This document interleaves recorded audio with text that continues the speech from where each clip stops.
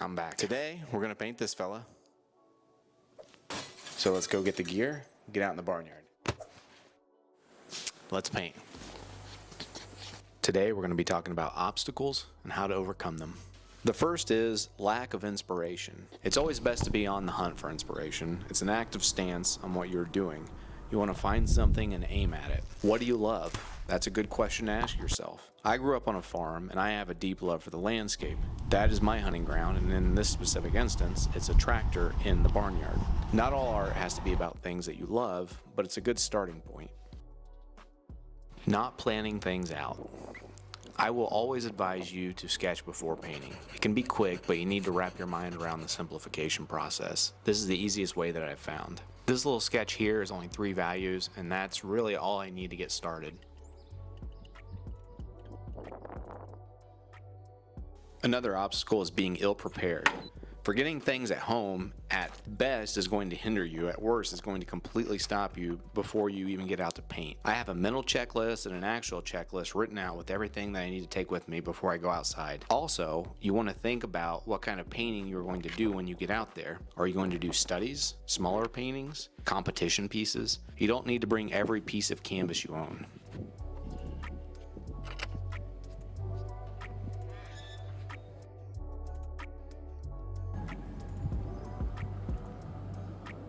Another obstacle is rushing.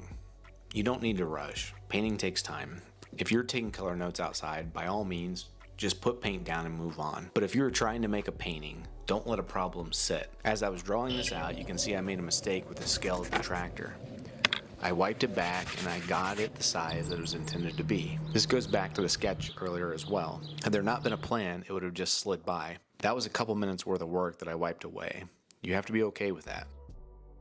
It happens again with the telephone pole behind the tractor. That telephone pole lined up perfectly with the front of the dumpster, and that creates a problem with tangents. That has to do with design. We can talk about that in a later video. But it stands that you don't let a problem sit.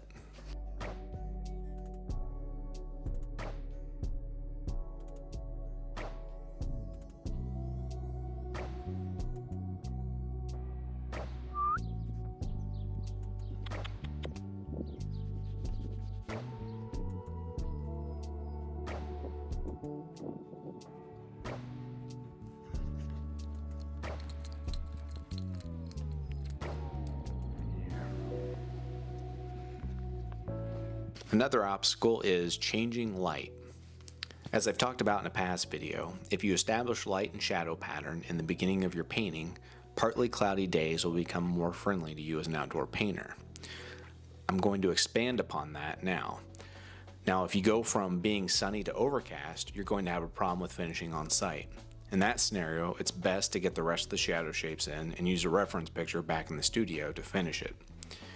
If you're doing a painting for a competition, that changes things even further. I have found that darkening and warming the shadow shapes past what you see, while also adding cool colors on planes that face the sky, works for those. And then raising the values and warming the color, and also putting cool highlights, works for the light shapes. And that'll get you close to a believable image. And that's something you have to play around with, and it also depends on how you use color.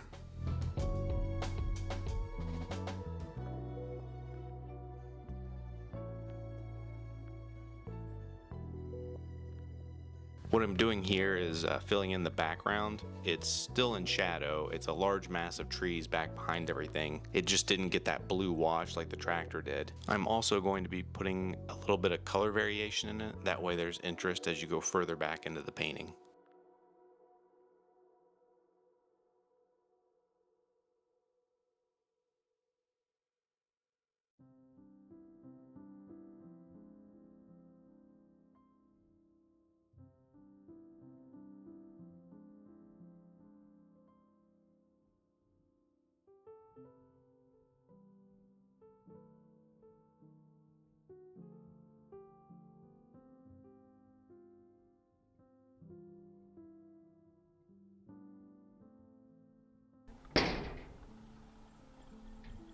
Look at that little dog.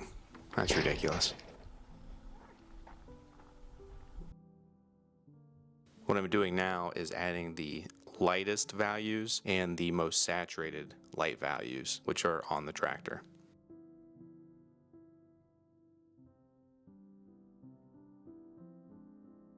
Bonus obstacle, betrayal. What are you doing in there? Sometimes you just have to accept that little porch puppies named Holly are going to betray you for the Come comforts on. of climate control. You want to get out? Back to the painting. I talk about having some kind of story in my paintings. This is where you start to see a glimpse of it in this one. Back in the beginning, I showed you this little mustard weed when talking about inspiration. If you drive around southern Indiana before planting season, the fields will be yellow. It's those little guys. But when planting starts, they all get knocked down and dissed under. I like the idea of this little mustard weed hiding behind the trash bin from the tractor as if it's being hunted down. I don't think the mustard weed would be as pervasive as it is if it wasn't for the tractors and farming. It kind of owes its proliferation to something that it struggles against every year, and I find that pretty interesting.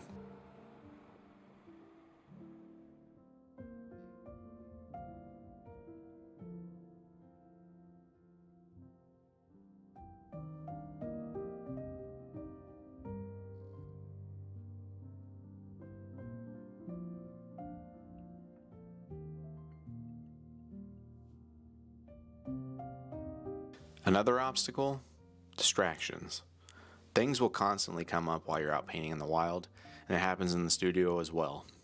It's almost impossible to remove any kind of distraction. Things will always be fighting for your attention while you're working. If something comes up that you can't ignore, like an ear-shattering roar of a tractor right next to you, take it as an opportunity to detach yourself from the painting so you can see it with fresh eyes. It's easy to see mistakes in the work of others. It's harder to see it in your own. Part of that is because you are attached to it. And stepping away for a second, you can collect yourself and detach yourself from the work long enough to see it as if someone else had painted it. Then you can go about correcting it or carrying on with a little more clarity. If you would like me to do critique and digital paint over videos for pieces you are struggling with, leave a comment below. I'd like to see if there's any interest in that. Also, if you find this video amusing, please like and share. I would love to be able to devote more time to these, and that would help grow the channel. Also, when I say digital paint over and a critique, what I'm thinking is people send in paintings that they're working on, and I would basically take it into Photoshop, painting over top of it, and explaining to you what it is that I see that would elevate the painting to another level. What I'm going to be doing now is refining and adding interest to larger shapes and then breaking them down into smaller ones.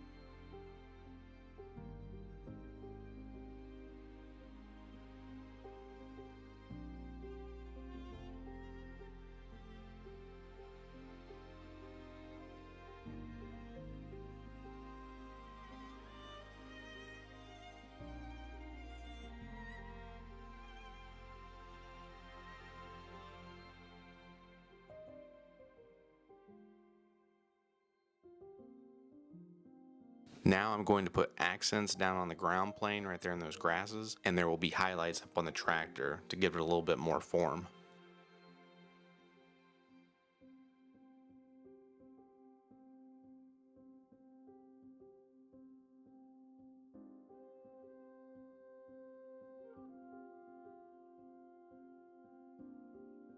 Last obstacle for the day, signatures.